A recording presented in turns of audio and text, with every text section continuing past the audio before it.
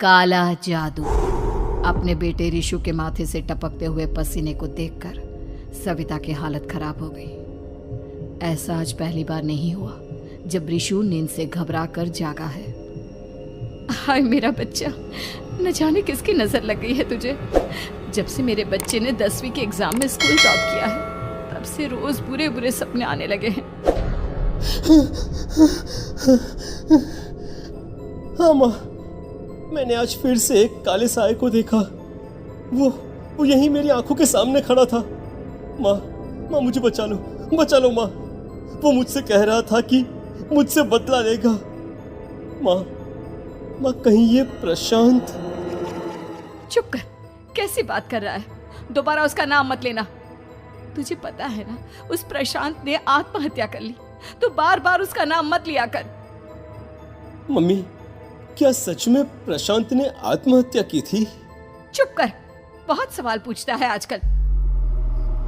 और फिर रात के वक्त सविता के पूरे घर में एक अजीब सा काला धुआं छाने लगा। गहरी नींद में सोई सविता की जैसे ही आंख खुली उसका दम घुटने लगा। वो दौड़कर रिशु के रूम की तरफ गई जहां उसके दरवाजे पर घूमती एक काली परछाई देख वो बुरी तरह से घबरा गई। कौन है वहाँ? कौन है? सामने आओ। ये मैं हूँ, तुम्हारी काली करतूत।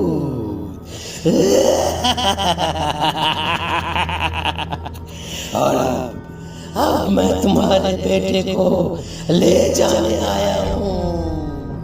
नहीं, मेरे बच्चे को छोड़ दो प्लीज। मेरे रिशु को कुछ मत करना।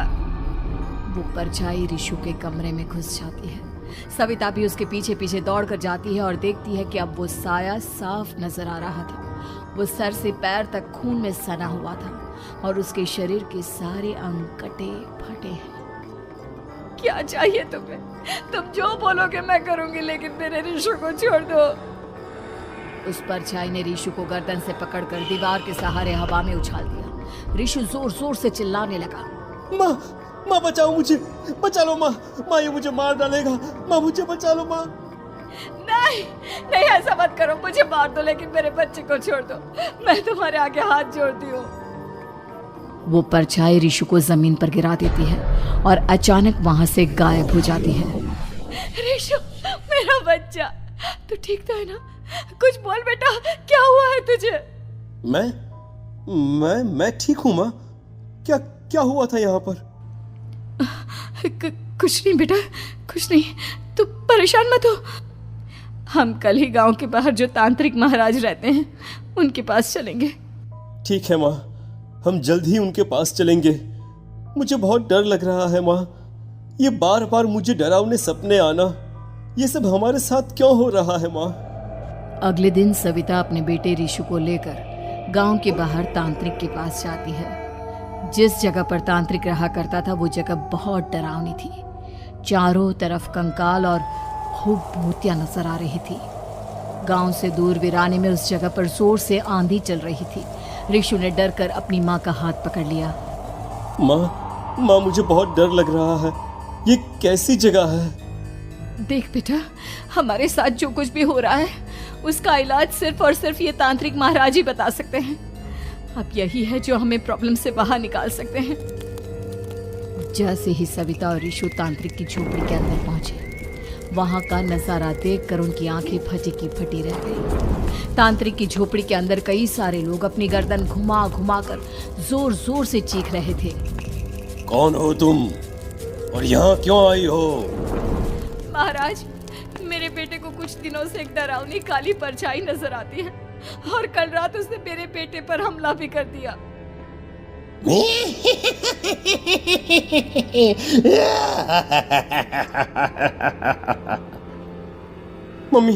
मम्मी हमें यहाँ से चलना चाहिए। ये जगह मुझे ठीक नहीं लगती। नहीं बेटा, ऐसा नहीं कहते। रुक जाओ, 2 मिनट के लिए रुक जाओ। क्या कहा? काली परछाई? तुम्हारे बेटे पर किसी काली परछाई ने हमला किया?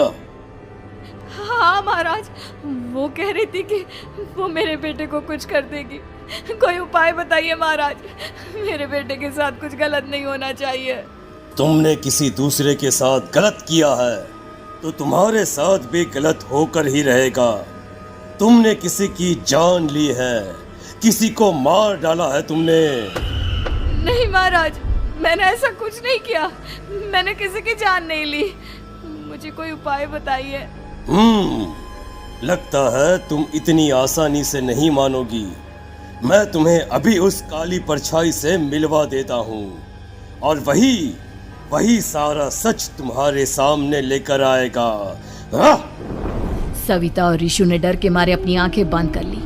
तभी अचानक तांत्रिक की झोपड़ी में अजीबोगरीब आवाजें गूंजने लगी। सविता और ऋषु बुरी तरह से कांप रहे थे।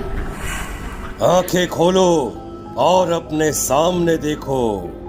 क्या यही है वो जिससे तुम कल रात को मिली थी? बताओ मुझे। हाँ, इसने कल रात मेरे बेटे के ऊपर हमला किया था। ये उसी लड़के की भटकती हुई आत्मा है जिसे कुछ दिन पहले तुमने मार डाला था। मम्मी, ये महाराज क्या कह रहे हैं? क्या सच में आपने किसी की जान ली है, किसी को मार डाला है? अगर हाँ तो बताइए ना मम्मी, किसको मारा है आपने? किसको? तुम्हारी माँ इतनी आसानी से सच नहीं बताएगी बेटा। इसने एक बच्चे की जान ली है। कहीं उसका नाम प्रशांत तो नहीं महाराज? वो मेरा दोस्त है, मेरा पड़ोसी है। सही पहचाना। देखा सविता, तुम्हारा खुद का बेटा भी जानता है कि तुमने किसी के प्राणों की बलि चढ़ा दी और इसीलिए अब उसकी बुरी आत्मा तुम्हारे घर में भटकती है। मुझे माफ कर दीजिए महाराज, मुझसे बहुत बड़ी गलती हो गई। प्रशांत हमारे पड़ोसी का बेटा था।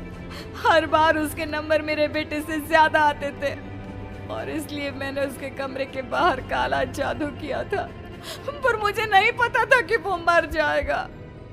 तुम्हारे उसी काले जादू वाली गुड़िया के अंदर एक बुरी आत्मा थी जिसने उस बच्चे के दिमाग पर बुरा असर कर दिया और उसी की वजह से उस लड़के ने अपनी बालकनी से कूदकर आत्महत्या कर ली। इसकी वजह सिर्फ और सिर्फ तुम हो, तुम।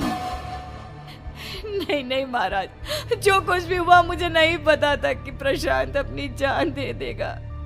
प्रशांत की आत्मा इस वक्त तुम्हारे सामने खड़ी है, हमसे बात करना चाहती है। बोलो क्या कहना चाहते हो? मैं जीना चाहता था, बड़ा होकर कुछ बनना चाहता था। आपके बेटे से मुझे कोई परेशानी नहीं थी। अरे वो तो मेरा अच्छा दोस्त था। मुझे माफ कर दो बेटा, मुझसे बहुत बड़ी गलती हो गई, मुझे माफ कर दो। माफ करने से मुझे वापस जिंदगी नहीं मिल जाएगी। मेरे माँ बाप आज भी मेरे लिए रोते हैं। आपने मेरे साथ बहुत गलत किया है, बहुत गलत। और तभी अचानक प्रशांत की आत्मा वहां से गायब हो जाती है। सविता जोर जोर से रोने लगती है। सुन लिया तुमने? ये तुम्हारे अपने ही किए हुए पाप हैं जो इस तरह से तुम्हारे सामने आ रहे हैं। माँ, ये आपने अच्छा नहीं किया। सिर्फ 10th बोर्ड के एग्जाम में मैं टॉप कर पाऊं, इसलिए आपने मेरे दोस्त के ऊपर काला जादू कर दिया। नहीं मम्मी, नहीं, अब हम कभी खुश नहीं रह पाएंगे, कभी नहीं। मेरे दोस्त की आत्मा को कभी शांति नहीं मिलेगी मम्मी, कभी नहीं। लेकिन मैंने जो कुछ भी किया सिर्फ तुम्हारे लिए किया। वो लड़का हमेशा फर्स्ट पोजीशन पर आ जाता था और इस वजह से हमेशा तुम्हारे मार्क्स कम पड़ते थे। मैंने तो सिर्फ उस पर एक छोटा सा काला जादू किया था बेटा। मुझे क्या पता था कि उसका ये नतीजा निकलेगा।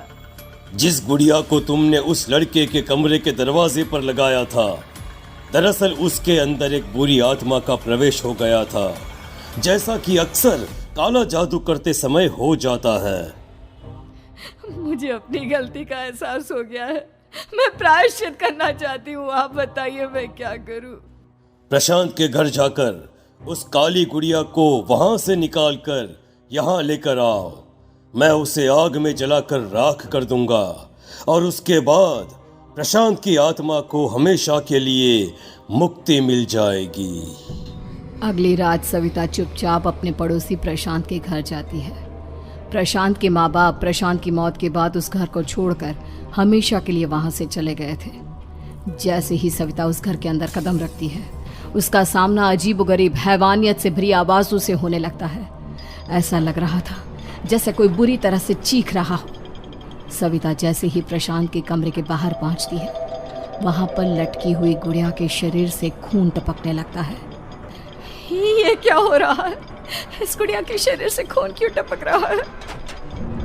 सविता हिम्मत करते हुए उस गुड़िया को वहां से उतारने की कोशिश करती है, लेकिन तभी अचानक से बहुत भयानक दिखने वाली औरत उसकी आंखों के सामने आकर खड़ी हो जाती है।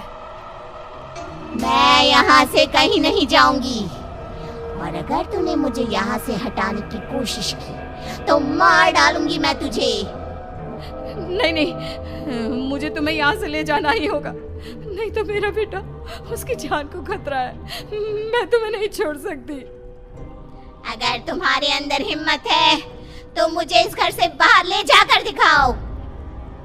और ऐसा कहकर वो औरत सविता के ऊपर हमला कर देती है और उसे हवा में उछाल उछाल कर जमीन पर पटकती है। लेकिन तभी अचानक मौका देखकर सविता अपने हाथ में ली हुई सुई उसके हाथ में चुभो देती है। हाथ में सुई लगते ही वो औरत जमीन पर तड़पने लगती है। ये क्या किया तूने? ये क्या कर दिया? तुझे ऐसा नहीं करना चाहिए था। तांत्रिक ने मुझे कहा था कि तुझसे जीतने का सिर्फ यही एक तरीका है जिससे मैं अपने पापों का प्रायश्चित कर सकती हूँ और अपने बेटे की जान बचा सकती हूँ। और उसके बाद वो डरावनी दिखने वाली औरत एक छोटी सी जादुई गुड़िया में तब्दील हो गई और सविता ने उसे ले जाकर तांत्रिक को दे दिया।